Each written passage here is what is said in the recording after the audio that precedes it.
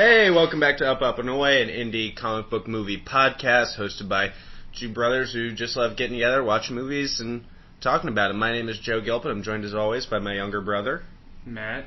How are you today, Matt? I'm good. We're in the middle of a heat wave. We are in the middle of a heat wave, and you are not built for summer climate. I am not built for summer climate. Having said that, we were able to stay inside today, and we were able to watch 1989's Tim Burton Batman. Exciting times. For those of you who are new to our podcast, every Tuesday we come at you guys with weekly news and review kind of show, and then every Friday we come together, we review a movie, rate it, rank it, go through it point by point, what makes it good, what makes it bad. Today we're doing exactly that with 1989 Batman. This is going to be an exciting time now. Yeah. This was a big moment in comic book movie history. This is where it turned from little bullshit like 1970s Captain America ones to actual viable big comic book summer blockbuster movies. Right. And it set the foundation for everything that we talk about in this podcast. Yeah, sure. We kneel before its beneficence. Yes, we do. So you want me to Yeah, let's start with the stats. All right. Well, this movie had a budget of $35 million. Not a lot. Dig it. A lot compared to nowadays. That's actually very little, yeah. And box office, it made $411 million. 411 million. Highest grossing movie that year. Interesting. So that's telling. And you want to guess the Rotten Tomatoes score? Rotten Tomatoes score, I'm going to guess this scored like an 82. Lower. 75. Lower. 60. Higher. What is it? 72. 72. That's respectable. That's about correct. I'd fuck with that. Yeah, that's roughly correct. Especially considered by nowadays standards. So you want to go through this bad boy? I would love to go through this bad boy. Let's break it down, give it the plot by plot, point by point analysis. Well, the movie starts out in a total misdirect. We see this young family come out of a movie theater, a mother, a father, and their young son, and they are mugged behind in an alley. Yes, we are led to believe that this is the Wayne family, just based from on the origin. Batman origin. Yeah. But they are not. They are just mugged by a couple of people and let go. And very tense opening to this movie. And these people, these two criminals, they are on a rooftop. Short time after that, talking about life in Gotham now and just the myth of the Bat. Some guy who's just dressing up like a giant bat, and it's terrifying one of them. They're not sure if he's real or not, if he's a real force in the city, or if he's just a nightmare story that's being traded around. Nightmare story, not a real thing. And then all of a sudden you can see Batman kind of walking towards them. Yeah, in the background you can see Batman setting himself up. Yeah, putting on tiny shoes. That's something I do appreciate, is just seeing Batman's, the effort it takes to look effortless. Yeah. You know what I mean? True. And so he proceeds to beat the shit out of these two guys. Yes. And iconically says to one of them, "I'm Batman." Yes. Let's talk about this beginning. First of all, it shows something really interesting to me. From the time Bruce's parents were killed to now, the city is effectively the same. Yeah. The exact same thing that happened to him is still happening. The city, Gotham, his community, has not changed at all. And he's only been Batman. They mentioned it's about a month. I think they say something like, it's been 8 bat sightings this month or something. Yeah, it's not a lot. Yeah, he is very, very new to being Batman. This is a very green myth. Batman. Yeah, he's still a myth. People don't know about him. And he wants people to know. Yeah. He tells people, go around and tell people about me. He is trying to inspire that kind of fear. Yeah, which is a very Batman move. Yeah. Interesting he doesn't stop the crime. Because he's watching. He probably could have stopped it. Yeah. He just comes in later to avenge it. Yeah. He does not stop it. Yeah, I wonder why, because that man could have died. Yeah, 100%. No, those people could have been shot. And he knows that. That happened once. Yeah, I think that was a weak moment. I think that was a misstep. He should have stopped the mugging altogether. Yeah. Yeah, maybe even made eye contact with a kid or something. Sure, there's something to be done there. Yeah. And so these two criminals they're found by the police by Lieutenant Eckhart, who is just Harvey Bullock. It's Bullock. This movie does a lot of that. This movie does a lot of giving us new characters that are just one-for-one analogs of people we already know. Yeah. And this is the first example of that. Yes, and he's dismissing the reports of a Batman because we see that reporter Alexander Knox has shown up. Robert Wool. He's shown up, and he is... will he or won't he? He will. He got a tip from a fellow cop, and you can see he slips him some money. And he's pressing Eckhart for information about the Bat. And he says that Commissioner Gordon, if it's true, he would have opened a file. So that's interesting. Little Gordon-Batman rapport, possibly, teased. Do you think he really doesn't think it exists? Or is he in denial? I think he's in denial. I think he's like, I know this city. Yeah, he doesn't think he exists yet. Yeah. And we see the scene then shifts to the mayor of Gotham. Yes. He's holding a press conference introducing the new district attorney, Harvey Dent. Harvey Dent, as played by Billy D. Williams. A very interesting choice, because if you think about it nowadays, say someone like Idris Elba was cast as Harvey Dent, there'd be a bit of an uproar. Oh yeah, a little bit. It was like, Harvey Dent's a white guy. That's what people would say. And we had a black Harvey Dent in 1989. I think because it was such a small role, that's what made it okay. Yeah. Yeah. Well, and we never see his transformation happen in this movie. True. He's just Harvey Dent. And Harvey promises to clean up Gotham, make it a place for the people once again, and he promises to clean up the streets. And this is coming just a short time before the 200th anniversary celebrating Gotham City. Yes. This 200 year anniversary is going to kind of be like the Memorial Day weekend in Jaws. Like a lot of people making bad decisions just to try to keep it open. So that's what that we have that plot device in play for here on. Yeah. And now we're going to go back to the newspaper where Knox is meeting one of the new photographers, Vicky Vale, a noted character photojournalist, a noted character from the comics, Vicky Vale, played by Kim Basinger, and possibly in this entire 4-movie Batman quadrilogy that we get in the late 80s, 90s, this is probably the best Easter egg that we get. Yeah, this one right here, this little is Vicky did some reporting and took some photos in Corto Maltese. Yes. And Joe, why is that significant? Corto Maltese is the small island where they, in the Dark Knight Returns, 1985's Dark Knight Returns by Frank Miller, the comic book. Corto Maltese is a area of military strife where they eventually launch a nuclear bomb. Superman has to intervene. Everybody has some fun. I'm not going to spoil it too much, but it's a direct reference and reference to the Dark Knight Returns storyline that really kick-started a lot of interest back into Batman and shifted it from the Adam West, Bill Dozier campy Batman to this kind of Batman. It made this kind of movie possible. Yeah. And then every other Batman possible. I was going to say it made a non-dancing Batman possible, but we're going to have to get to that, aren't we? And Vicky Vale is also very interested in trying to figure out the Batman, figure out the mystery. And Knox, believing that Jim Gordon has a file on the Batman, he goes to a charity benefit held at Bruce Wayne's mansion, where Gordon will be attending. Yeah. This gala is for raising money. Yeah, to try to save or try to raise money for the in debt anniversary parade. Yeah, and Vale decides to accompany Knox. So now we need some stuff for the villains. We get crime boss Carl Grissom, just an analog for Carmine Falcone. Yes. He is very angry at Harvey Dent and just Harvey Dent's insistence that he will clean up the streets. And he could find out about their connections to the Axis Chemicals plant. Axis Chemicals is just Ace Chemicals. I don't know why they just refused to call this stuff by what it was in the comics and all that. Carl's right-hand man, Jack Napier, played by Jack Nicholson, he nonchalantly suggests that they break in and steal the files that could incriminate them. Which is not the worst idea. No, cover their tracks. That's smart. The power dynamic is kind of Grisham is the power behind Gotham's corruption, but Jack is the instrument of that corruption. Yeah.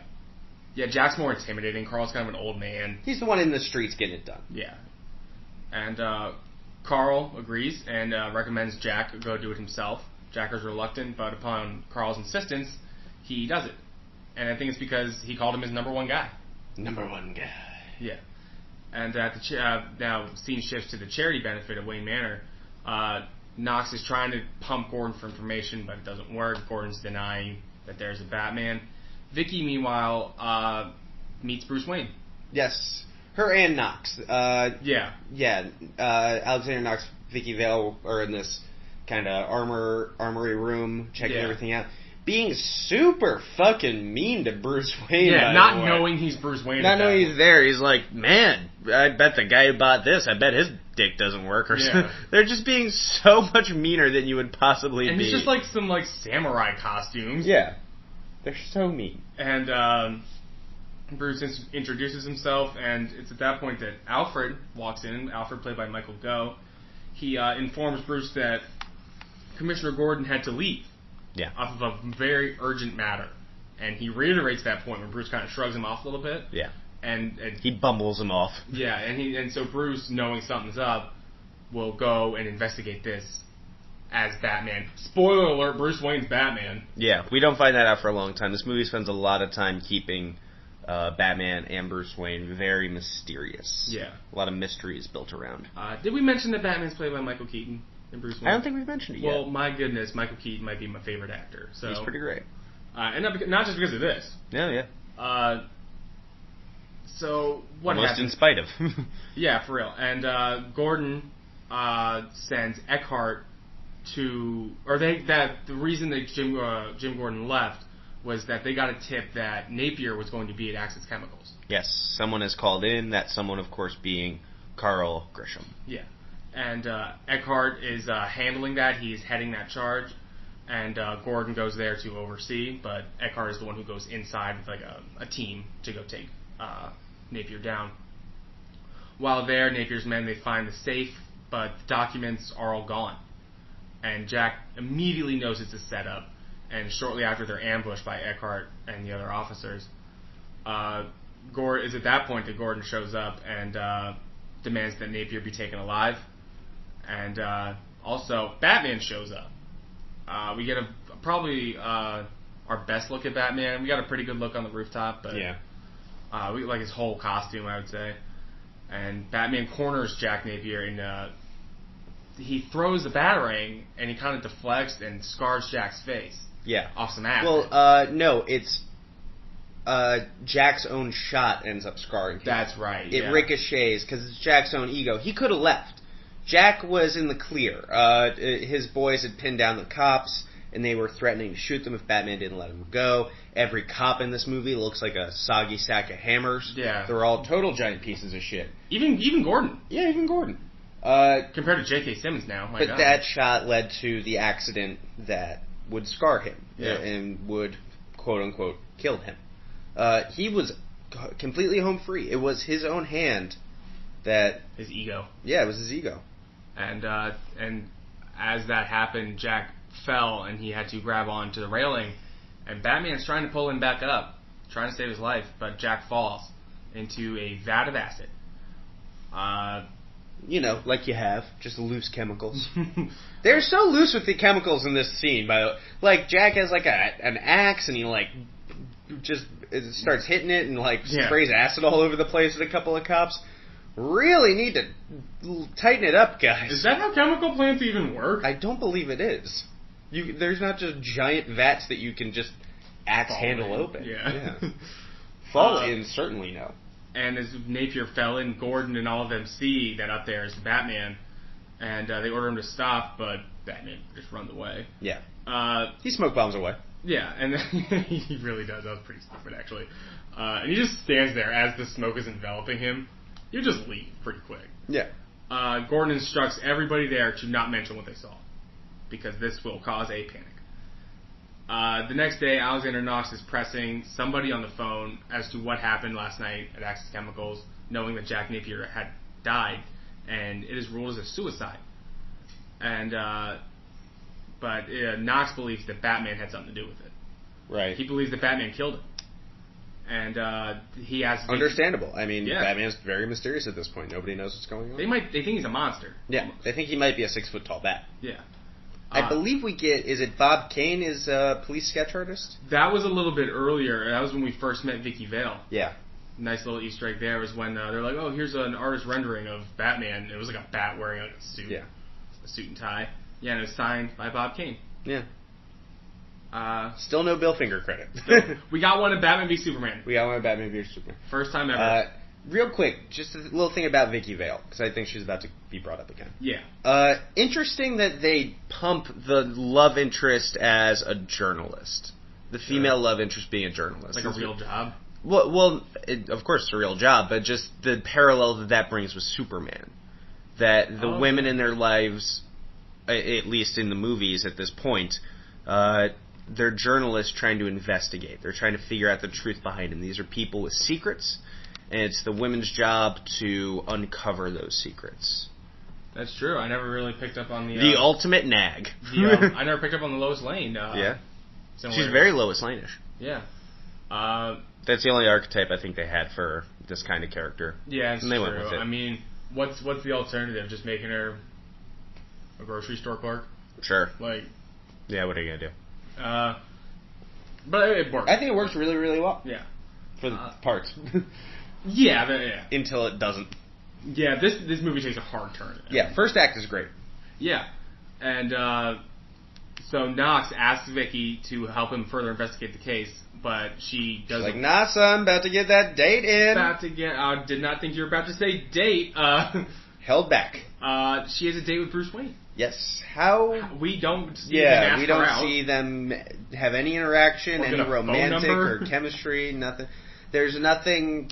She's been in town like a day. Yeah, I know. And she's already got a date with a billionaire. Yeah, I was like, go ahead, girl. Does no one know who Bruce Wayne is in this town? This is a big problem in this movie.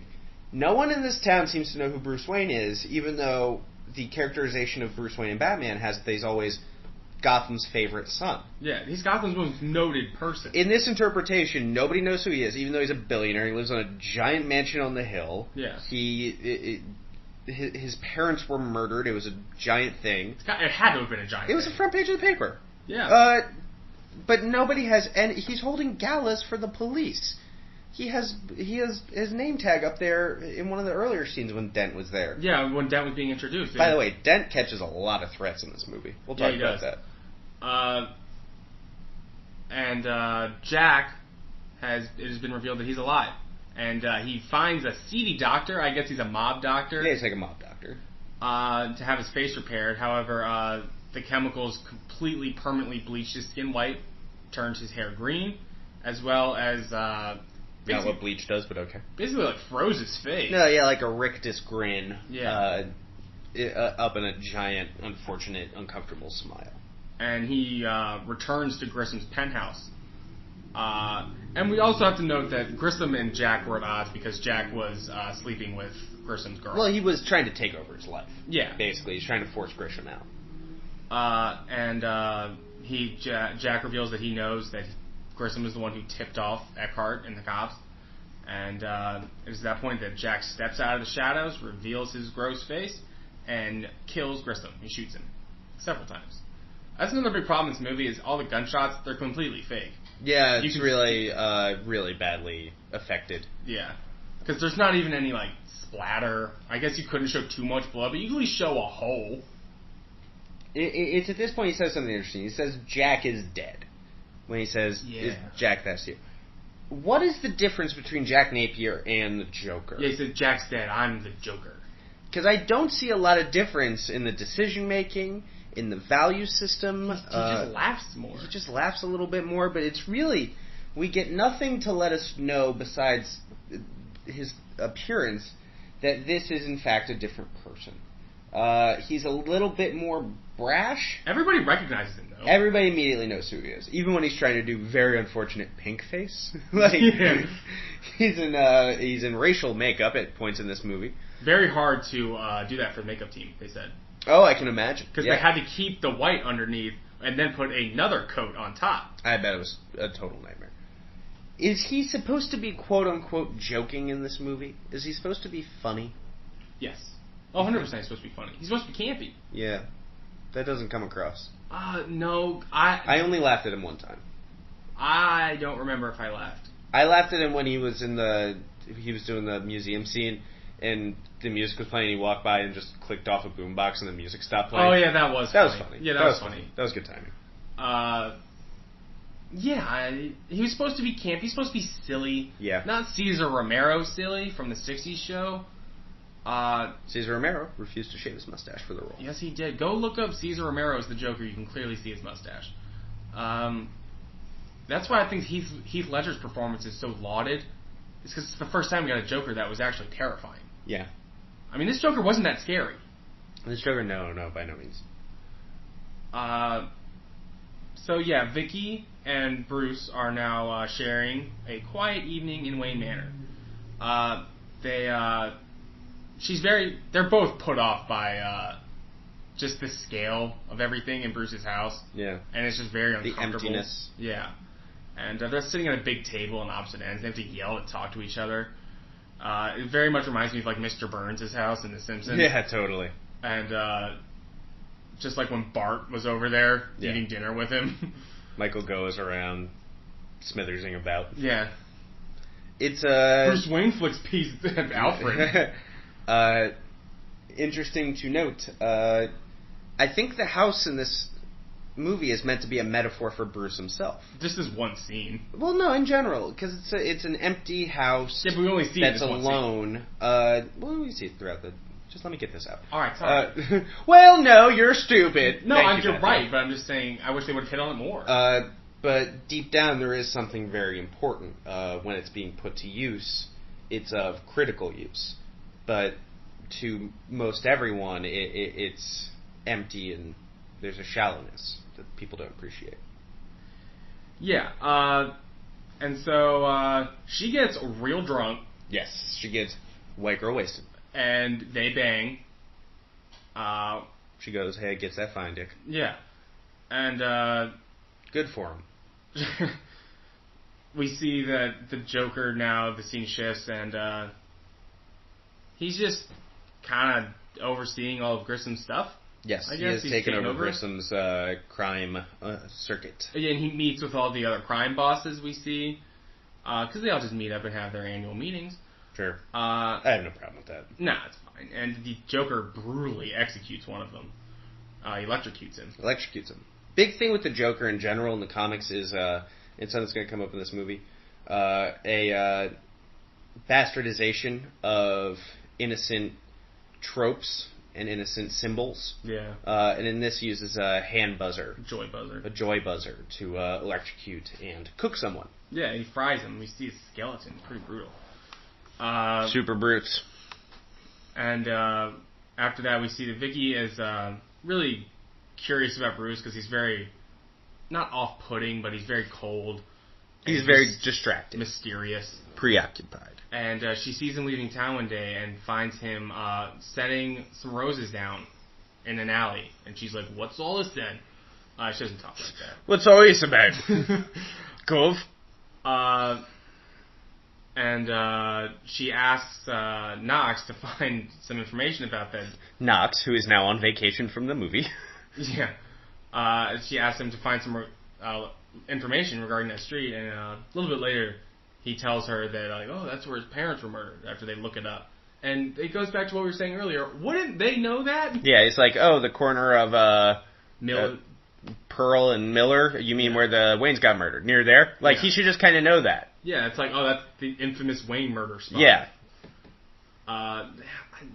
Bruce Wayne is such... No one fucking knows who this guy is. He's just, like, walking around. Yeah. He's a guy. Let's see. And the Joker is... he's gone public. And, well, he tries to go public because Grissom is holding a press conference with Harvey Dent and everybody, and the Joker appears and stabs... who did he stab? He stabbed... It was another one of the crime bosses, I think, who was, like, coming in to help the parade for some reason. Oh, yeah, that's right. And Joker kills him. He throws like a quill for his neck. Yeah. I don't know if that would kill him. We have to assume that it was poisoned or something. Because it's like a eighth of an inch deep into his neck. You can just pull it out, probably be okay. Yeah, get a little napkin.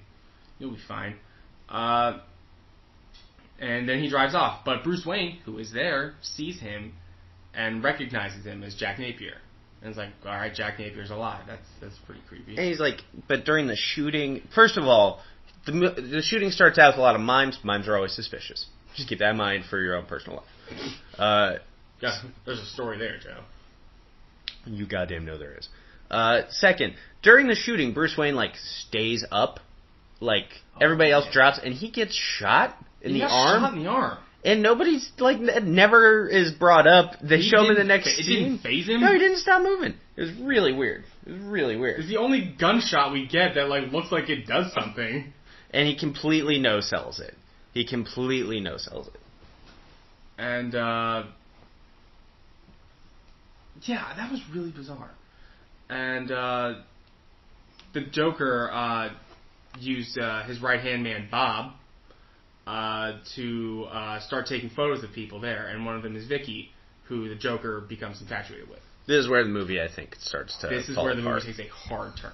It's where it starts to downturn. It's the Joker begins to he took some products out of Axis Chemicals. He's taken over Axis Chemicals, it looks like. Yeah.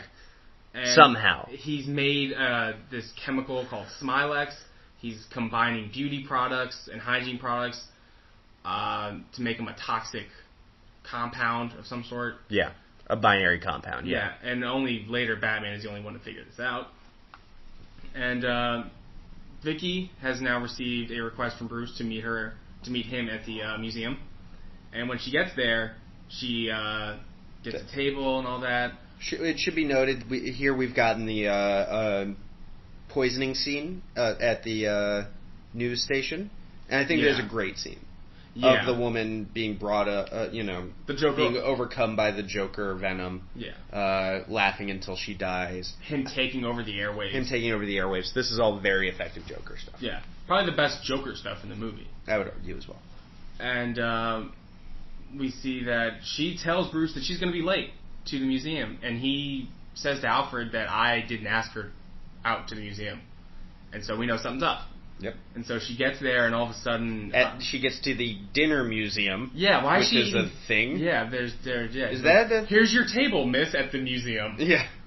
I've never seen it. Maybe it's a real thing. We live in DC. There's a lot of museums. Please contact us if dinner museums are a thing. I don't think they are. I mean, it's Gotham, so I mean. But we are there. Yeah, whatever. And so she gets a gift, and it's some sort of mask, like a breather mask. Yeah, and it's like a ventilator. The Joker comes in, and he just starts wrecking up the joint, starts vandalizing everything.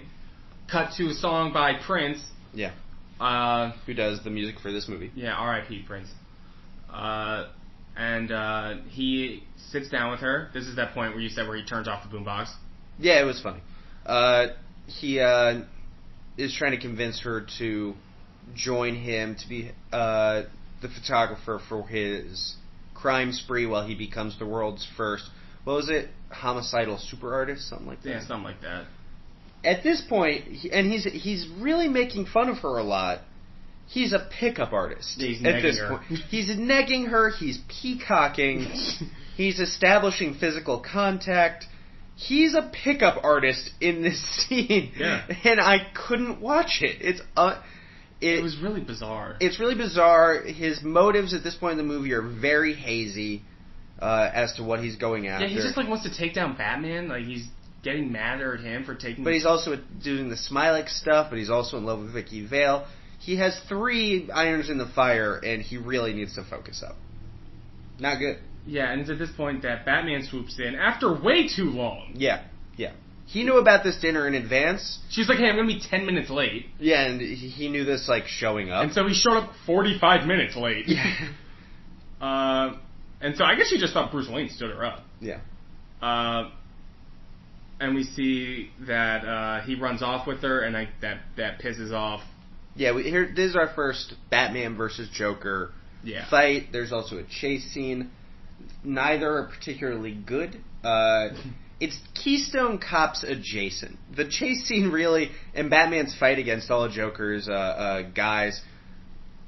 At one point, somebody jumped out with swords and started attacking. Yeah. And he, it almost could have been set to yakety sax. You know what I mean? You mean Yakety Yak? No, yakety sax. Is that what it's called? Yeah. I guess Yeah, yakety sax.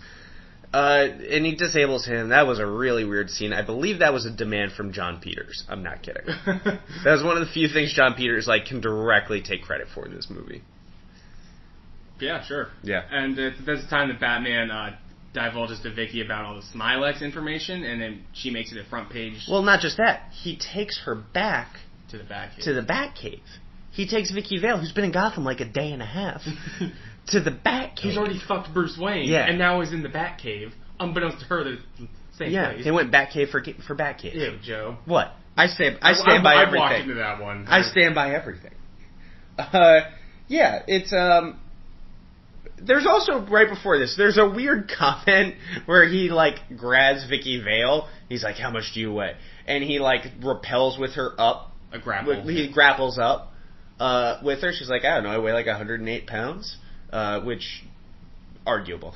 And later he's like, so just 108, right? Fuck you, Bruce. Yeah, come on, Bruce, you dick. Shut the fuck up. She's not the heavy one here, Mr. Body Armor. Yeah, Mr. fucking weighing 35 pounds of rubber. Yeah. Does he need Vicky Vale to go to the press with this? He isn't in. Do you think he could just give this to... Well, Joe. She could... What? She Joseph. Could, oh, well, Carlos. I'm not sure he needs to bring her to the Batcave. It makes very little sense for him to bring her to the Batcave. Is he in love with her? Bruce, I think he cares for her a lot. He cares for her a lot. Spoiler alert, after this movie, we don't see her again. Yeah. So... Hit it and quit it, Bruce. We get your game. That is an elaborate hit it and quit it. Let's see here, and he saves the day as a detective, which I like. And we find out the Smilex stuff. It only affects you if you combine a certain number of things. Yeah, which is really it's like if you combine baby powder, hairspray, lipstick, fucking Jello. Yeah. Walk backwards for a while. It'd be funny if it was okay, it's just a little weirdly racist. It's okay, if you combine cocoa butter with a bottle of Dark and Lovely and some Soul Glow. Billy T. Williams is like, motherfucker. Oh shit. He got paid $10 million for that. And we see the Joker is super pissed. He's very, very angry. And it's soon after that Bruce Wayne pays Vicky a visit. Yes. She is mad at him for lying to her about leaving town, and I assume also about seemingly standing her up at the museum. And he's trying to explain himself, but then the Joker appears for some reason. Why did Bruce tell... Why was he going to tell Vicky that he was Batman? Does that make any sense? No, it doesn't. No, it doesn't, right? I can't figure out why he would do that. Just because... Especially when he just got through with this whole thing where he didn't need to divulge it. There's no need for her to know right now. It makes no sense to reveal your secret identity to your side snooch. Yeah. What? Shut up. And yeah, the Joker appears for whatever reason, seeming because he wants Vicky. And Bruce threatens him in a very now famous way. He's like, "You want to get nuts? Smash! Let's get nuts! Come on, let's get nuts!" And it's like, wow. I quote that all the time.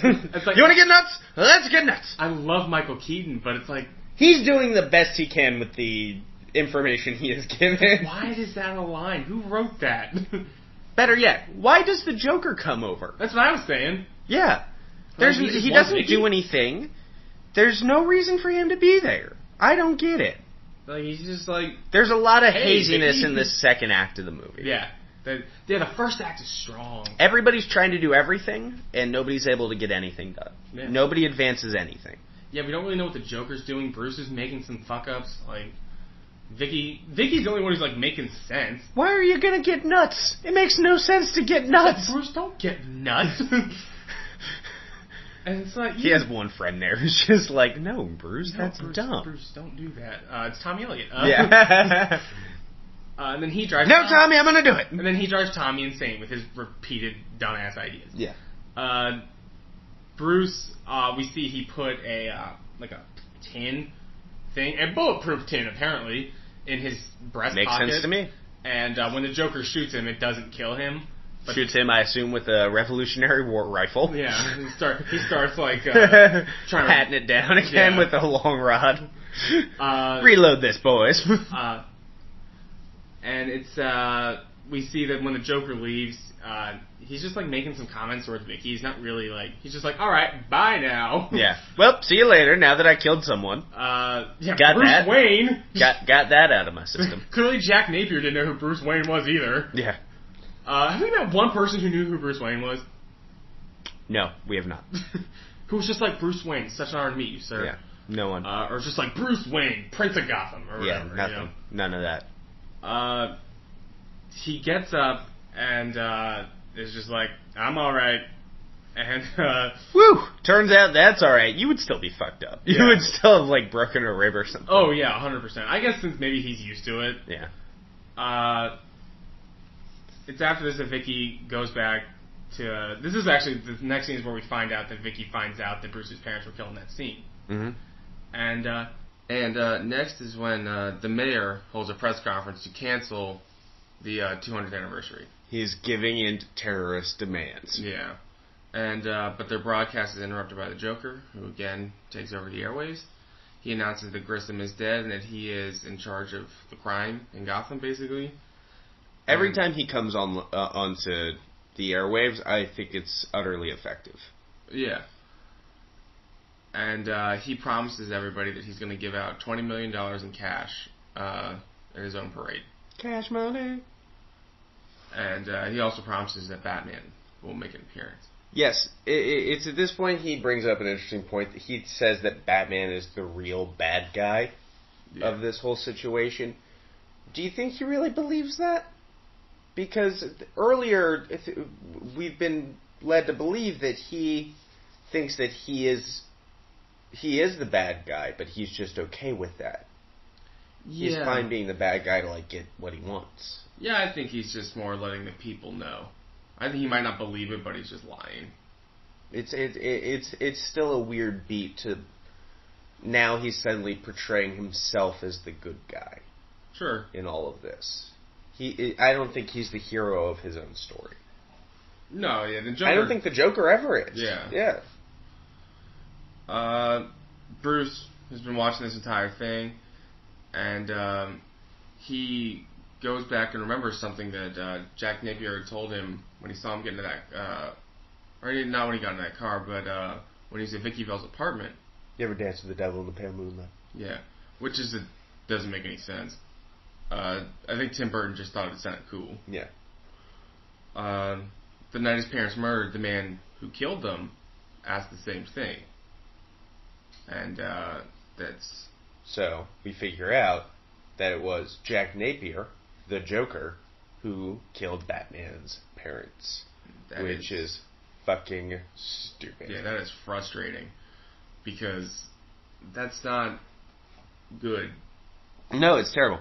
It's always bad when you shrink your universe and you make your universe feel like it has less possibilities than it does. Not everyone needs to know each other. Not everyone needs to have caused everything about each other's lives. Yeah. And it is...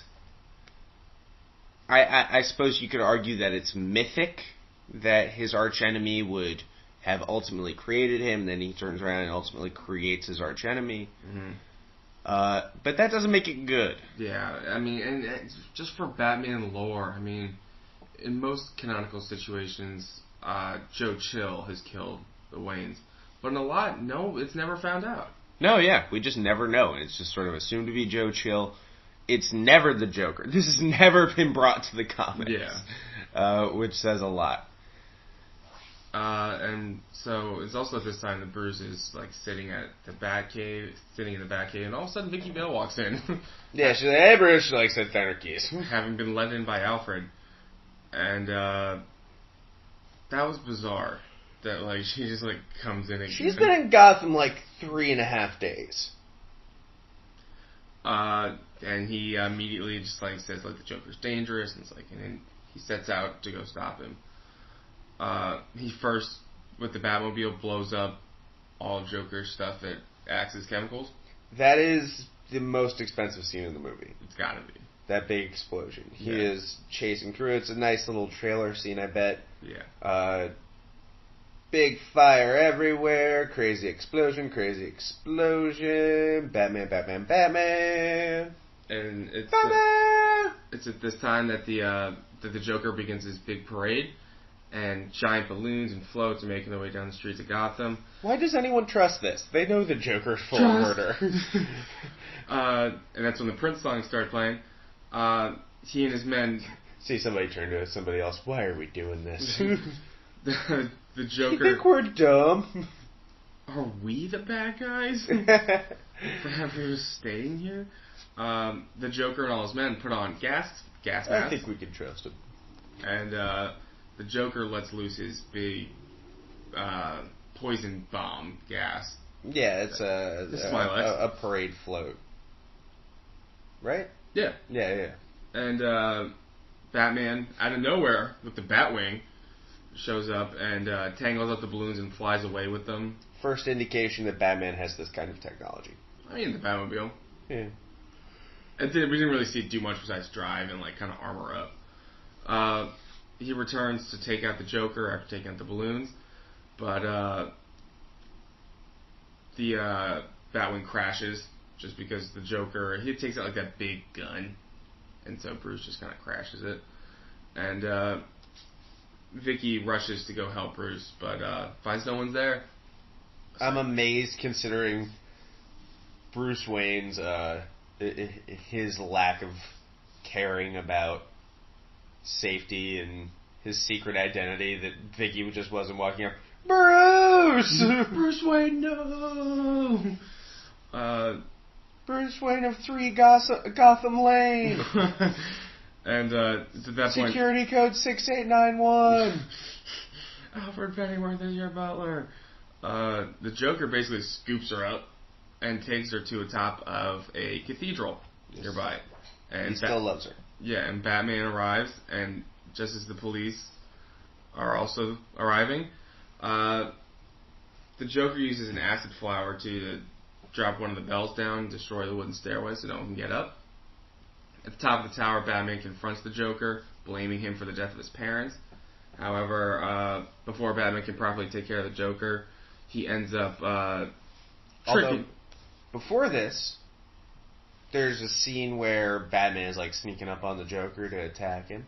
And the Joker is dancing around with Vicky Vale, and then she distracts him. Yeah. She like sees the Batman's there out of the corner of her eye. So she's like, oh, I need to distract him. What am I going to do? Easy answer, pretend to blow it. Yeah. That's your go-to, man. Jack Nicholson, like, she, like, drops down a little bit, like, out of frame, and his, like, eyes cross in anticipation of being blown. Yeah. Maybe, you'd think Jack Napier would know. What if he, like, didn't show up right when she was anticipating? So she's having to take it, like... Oh, they didn't time it right? Further and further. She's like, fucking hurry the fuck up, Bruce. Hurry the fuck up. Hurry the fuck up. Thank God he's wearing a button fly.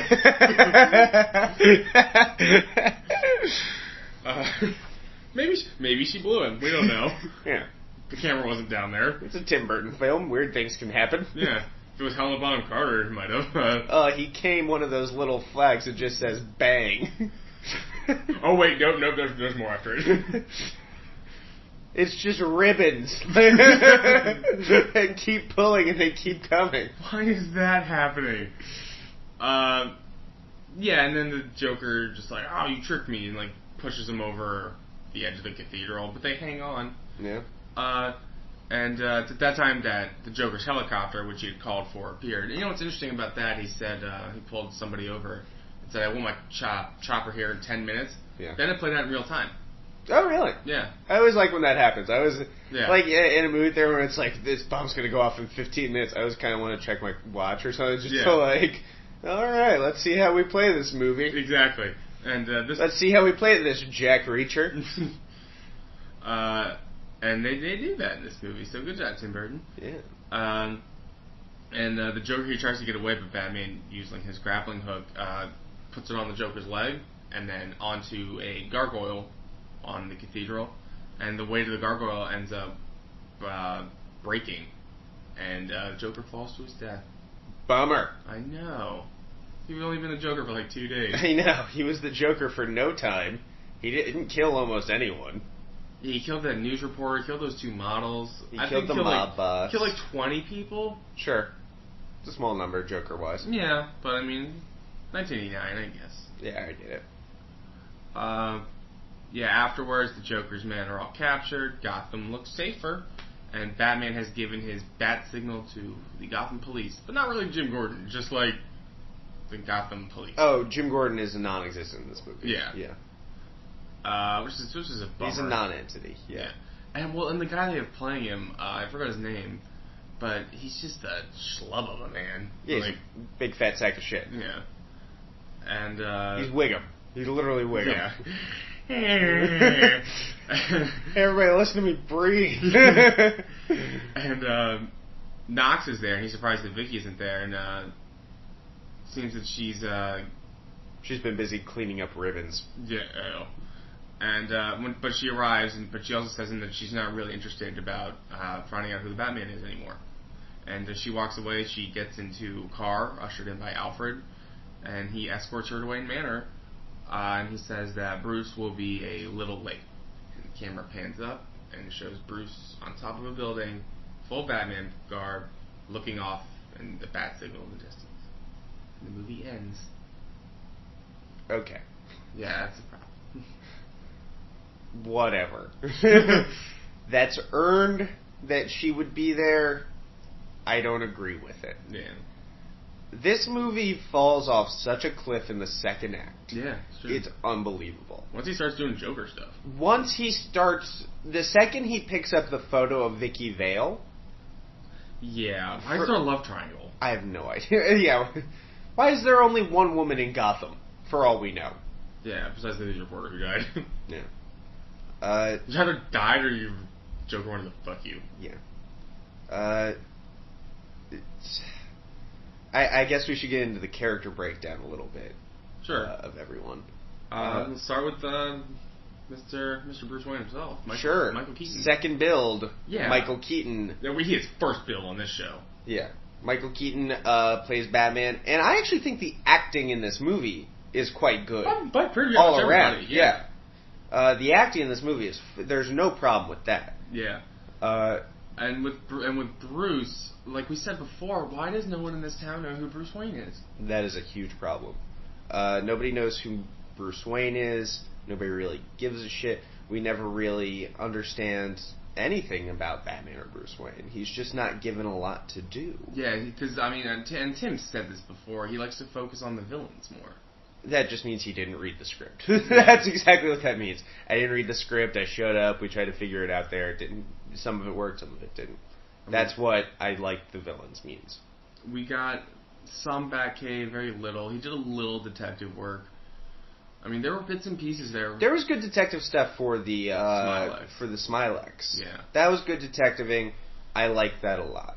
There was some decent enough fighting. Yeah. I like that. Overall, pretty good Batman, pretty good Bruce Wayne. But again, there's just characterization stuff. That's I think to me the biggest problem in this movie is there's just weird characterization choices. Like, well, why did they do that? That make no sense. Like, you didn't have to do that. Yeah. Why is he getting nuts, everybody? Yeah, you want to get nuts? Like, no. No, I don't want to get nuts. You're Bruce Wayne. You're supposed to be all disciplined and shit. Yeah, you're supposed to be like all suave. Yeah. Either the Bruce Wayne I like, and we've seen both now in the movies, really, is like dumb playboy. Yep. And respected businessman. Yes. We saw Christian Bale kind of play up to like, ugh. He was definitely a dumb playboy type. Yeah, well, he played that up. Yeah, no, yeah, it was a character he was putting on. Yeah, obviously. And Ben Affleck's was more like respected businessman. From what we saw, we didn't get a whole lot of Bruce Wayne in Batman v Superman. He looked respected. No, yeah, like when he was dealing with Lex and exactly. stuff. Yeah. And also in the beginning when he was like, "Hey, boss," the guys, his workers. Yeah. And this Bruce, I mean, he's kind of seemed to be respected. He threw a gauntlet, but no one gave a shit about him. He was unknown businessman Bruce Wayne. You know what they could have done? This is 100% what you could have done. Just have him and Harvey Dent talk for a second. Oh yeah, totally. Yeah, and just we see it through Harvey Dent's eyes. Yeah, who this person is. That Bruce Wayne is awesome. That like, oh, we're like with your help, you can help me clean up Gotham. Not realizing that. Or have him give a speech at Harvey Dent's little thing. Exactly. Yeah. And he can be introduced, and here's 3 lines about who Bruce Wayne is in this city, and he comes up, gives a little speech, and we can know everything we need to know about him. Yeah. And just cut out some of the fat in some of the other scenes, like the Vicky Vale house scene. There's plenty. Oh boy, is there plenty. And scenes don't run necessarily too long, but some scenes in general were just not, completely unnecessary. Yeah, just not needed. Let's head to the Joker. Jack Nicholson plays the Joker. Jack's performance was good. Sure. He did exactly what he was asked to do. Yeah. Having said that, what he was asked to do was kind of dumb. And we mentioned in the beat by beat, our biggest problems with the character. Let's say some good stuff. What was some good stuff about this version of the Joker? I think there was he had nice pants. I think there was a good amount of Joker chaotic silliness with like the actual like psychopath. Yes, I think he played a really good, effective psychopath. Yeah, because I mean he killed a couple guys in brutal ways that we saw. Oh yeah. Like when he hand Joy Buzzard that guy, I mean, that was brutal with his burnt, charred skeleton just sitting there for the rest of that scene. That's another scene that could have been trimmed up a little bit. I liked him in that float scene. Yeah, he was good there. That was a good Joker too. Yeah. The big poison float scene. Yeah, we've seen that before in a couple of different iterations in the comics. You've seen it in the animated show, The Batman. Yeah. And that I have no problem with. Yeah. And I think there's just little things like that, but don't have him kill Bruce Wayne's parents. Yeah, there's just little things in this movie. It's like, why? It's like you don't need that. Well, Bruce has to head to his therapist meeting with Dr. Pamela Isley and Dr. Hugo Strange, and Dr. Jonathan Crane will be there. Yeah. And also, it's like his podiatrist or something. Yeah, for real. Just everybody is a doctor. When he first killed Carl Grissom, when he first killed him, he did it very in a comical way. He's like trying to shoot through his legs and stuff, and he's like doing like a behind the back, like he's fucking Curly Neal. Like, yeah. And it's like, wow, that's not the Joker. Would just straight up kill him. Yeah. It's like just kill him. Yeah, and then maybe desecrate the body in some way. Yeah. Or, like pee on him or something. Sure, not what I meant, but sure. Yeah, pee on him, right, Joe? Look at the Joker. Yeah, that's what the Joker's known for: peeing on people. And I mean, I think it's totally fair because we did it with Batman to compare him to Heath Ledger's performance. Very different. Yeah, they're going after very different things. And having said that, Heath is much better, and we're getting another Joker in a couple weeks here. I'm interested to see.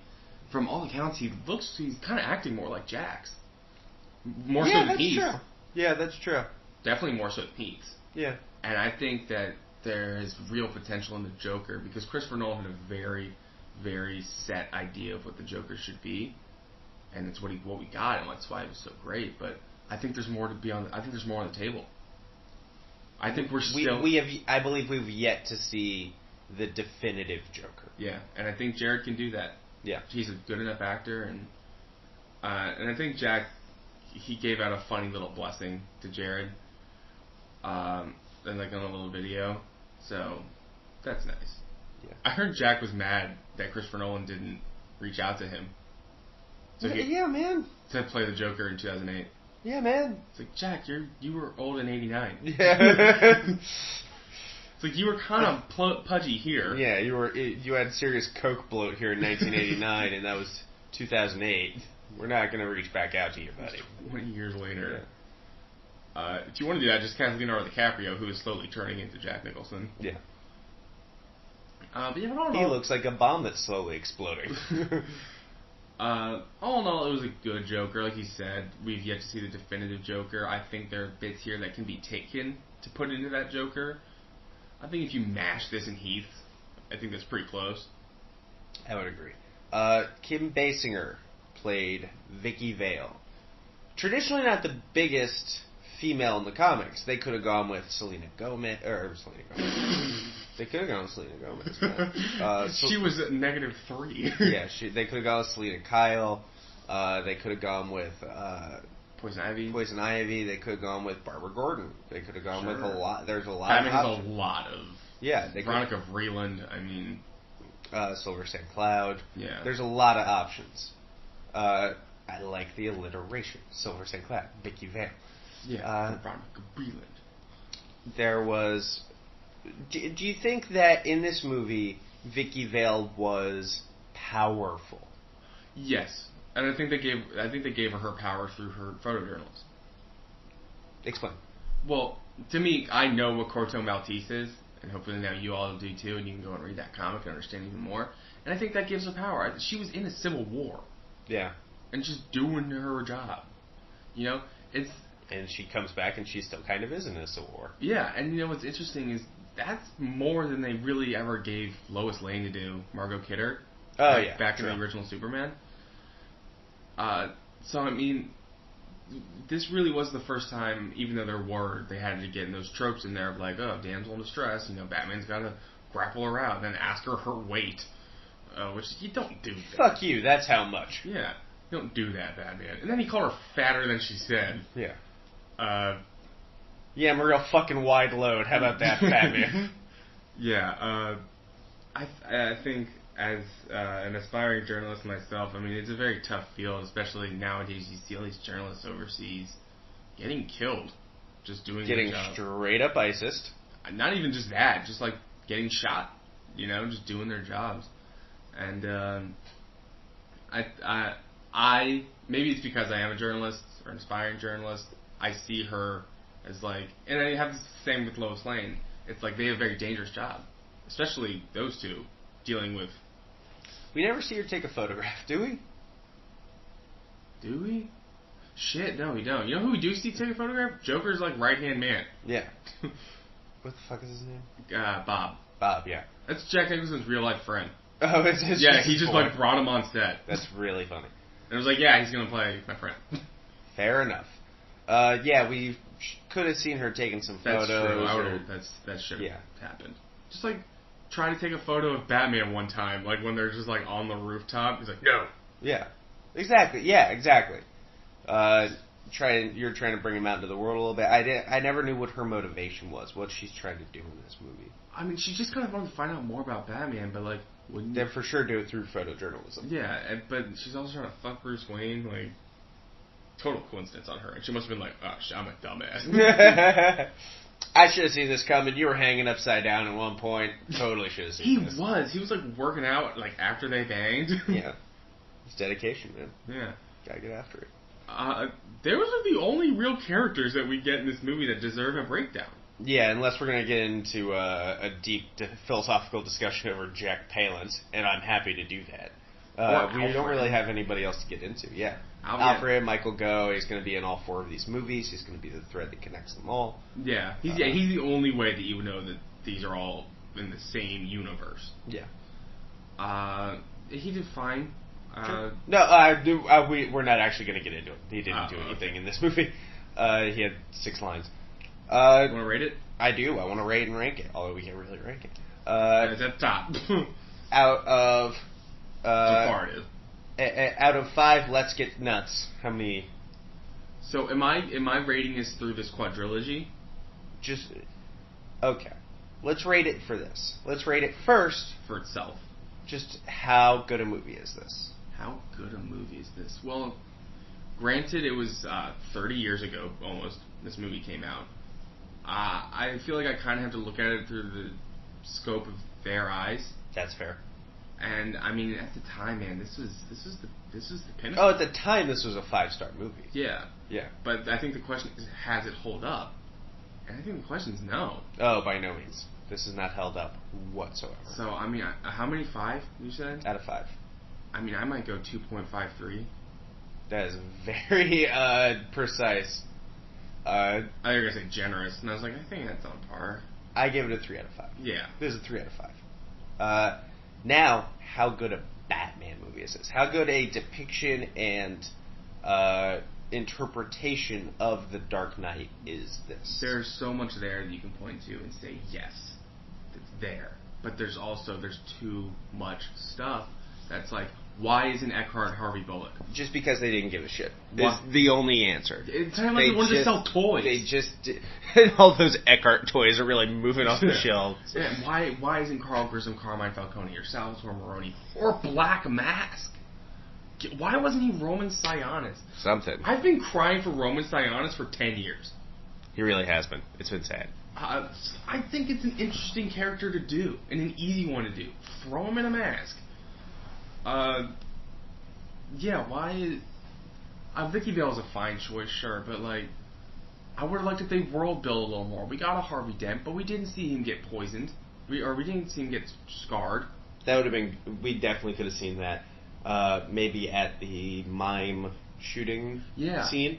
That's where it should have been, where the Joker made his first appearance to the town officials. Scarred Harvey Dent. That would have been great. That would have been fucking fantastic. And then they just recast Billy D. Williams.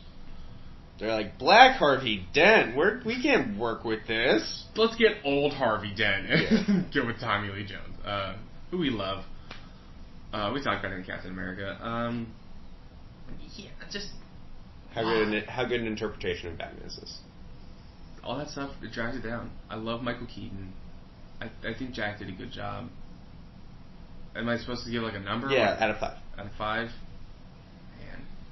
3, 2... I'm going to say 2. This is a 2 out of 5 interpretation of Batman. And I guess we nominally should put it on the board. Yeah. It's number 1. And then we will rank through this quadrilogy. Batman next week, coming at him with Batman Returns. And then after that, Batman Forever, then Batman and Robin. Yeah. And you might be surprised at our rankings. I bet people will be surprised. We'll see. We'll see how it goes. Yeah. Maybe at the top, maybe at the bottom. Who knows? We're going to see. A lot of people put this as number 1. I hope it gets a little better. But I'm not necessarily optimistic. Oh, yeah, when's the last time you've seen these movies? Last year. I think I saw, yeah. It's fairly recently. Yeah, recently enough. I haven't watched them all the way through in a while. We saw Batman and Robin fairly recently all the way through together. We like to watch movies and just riff through them. Yeah. A lot of riffing, a lot of making bits. Yeah. So for all of us here at Up and Away, go ahead, get in touch with the show. Facebook.com/Up and Away Show. Twitter, same thing. Instagram, Up and Away Podcast. Gmail, Up and Away Podcast @gmail.com. We're really sorry to everybody that this episode is coming a day late. There's just some technical difficulties preventing us from getting it out on time. We appreciate everybody understanding. And we're coming to you guys Tuesday with a whole bunch of news from San Diego Comic-Con. Oh my God, we might have to film 3 shows. Oh, it's going to be so good. We have Defender stuff. We have Wonder Woman stuff. We have so much stuff already. It's unbelievable. It's unbelievable. And tomorrow are the big days. Yeah. So yeah, we are sitting pretty. Ghost Rider stuff. Yeah, my God. Oh, by God. By God, King. So it's going to be awesome. So, for my brother Matt, my name is Joe. We'll see you guys soon. Up and Away.